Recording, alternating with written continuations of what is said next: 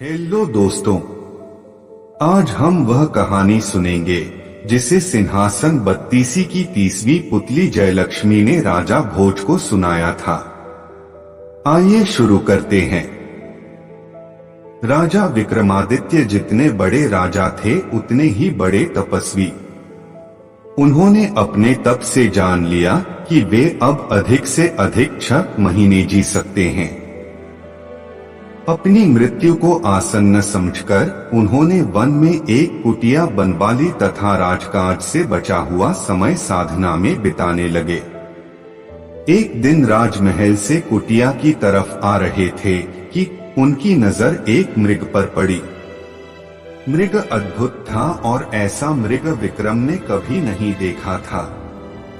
उन्होंने धनुष हाथ में लेकर दूसरा हाथ तरकश में डाला ही था कि मृग उनके समीप आकर मनुष्य की बोली में उनसे अपने प्राणों की भीख मांगने लगा।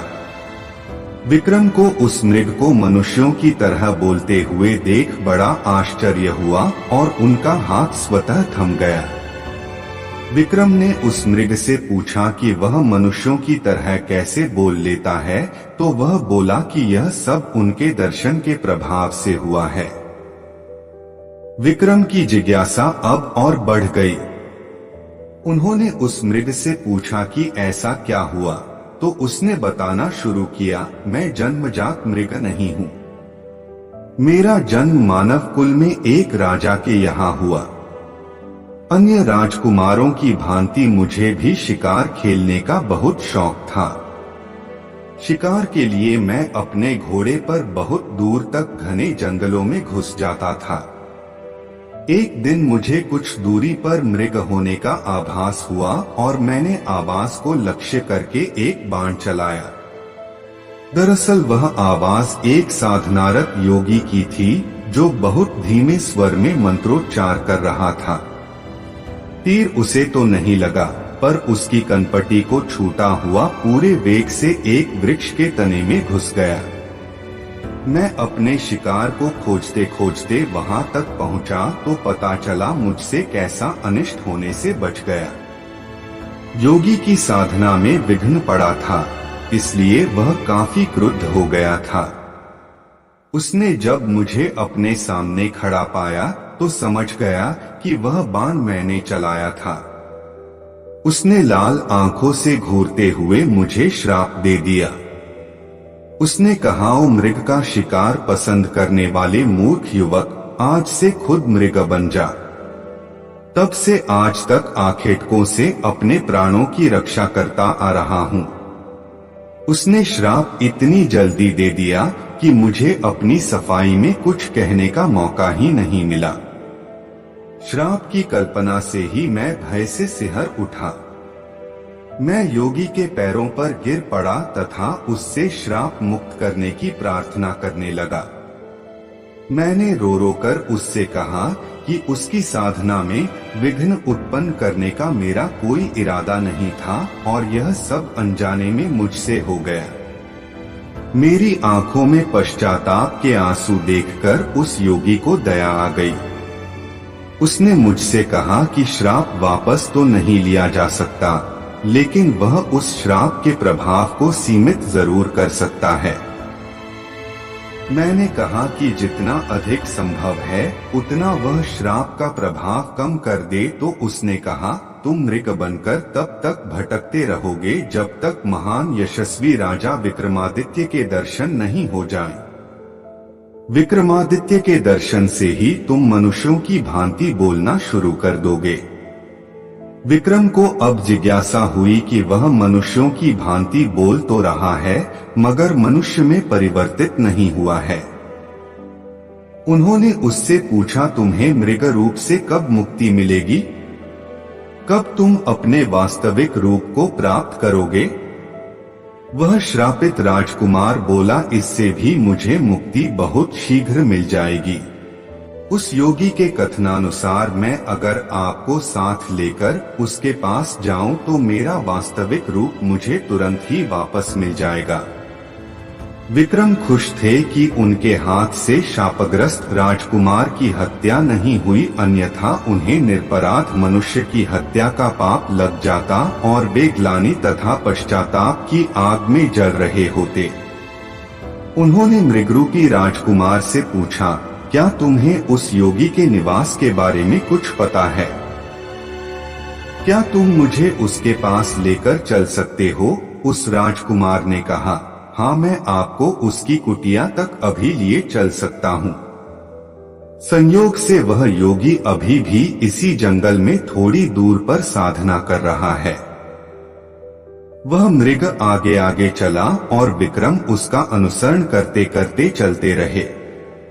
थोड़ी दूर चलने के पश्चात उन्हें एक वृक्ष पर उल्टा होकर साधना करता एक योगी दिखा। उनकी समझ में आ गया कि राजकुमार इसी योगी की बात कर रहा था। वे जब समीप आए तो वह योगी उन्हें देखते ही वृक्ष से उतरकर सीधा खड़ा हो गया। उसने विक्रम का अभिवादन किया तथा दर्शन देने के लिए उन्हें नतमस्तक होकर धन्यवाद दिया। विक्रम समझ गए कि वह योगी उनकी ही प्रतीक्षा कर रहा था, लेकिन उन्हें जिज्ञासा हुई कि वह उनकी प्रतीक्षा क्यों कर रहा था।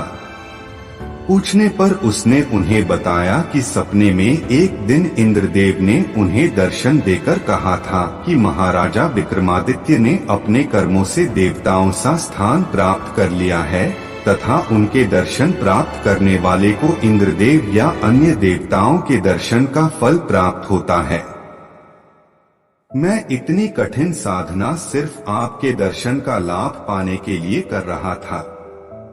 विक्रम ने पूछा कि अब तो उसने उनके दर्शन प्राप्त कर लिए, क्या उनसे वह कुछ और चाहता है?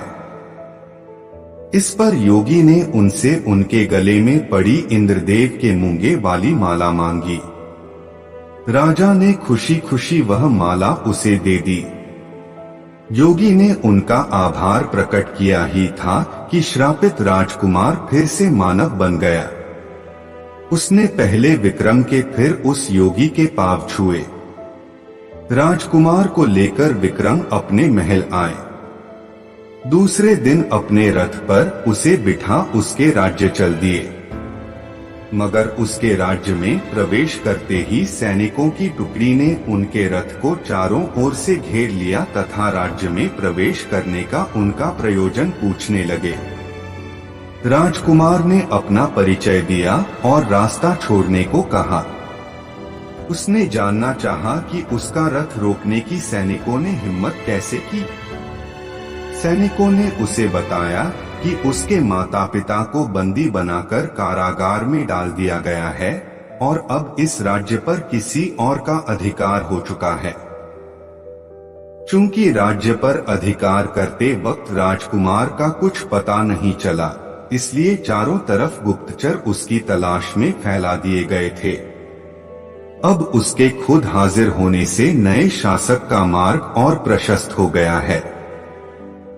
राजा विक्रमादित्य ने उन्हें अपना परिचय नहीं दिया और खुद को राजकुमार के दूत के रूप में पेश करते हुए कहा कि उनका एक संदेश नए शासक तक भेजा जाए। उन्होंने उस टुकड़ी के नायक को कहा कि नए शासक के सामने दो विकल्प हैं, या तो वह असली राजा और रानी को उनका राज्य सौंपकर चला जाए या युद्ध की तैयारी करे। उस सेना नायक को बड़ अजीब लगा। उसने विक्रम का उपहास करते हुए पूछा कि युद्ध कौन करेगा? क्या वही दोनों युद्ध करेंगे? उसको उपहास करते देख उनका क्रोध 7वें आसमान पर पहुंच गया। उन्होंने तलवार निकाली और उसका सिर धड़ से अलग कर दिया। सेना में भगड़ मच गई। किसी ने दौड़कर नए शासक को खबर की। वह तुरंत सेना लेकर उनकी ओर दौड़ा। विक्रम इस हमले के लिए तैयार बैठे थे।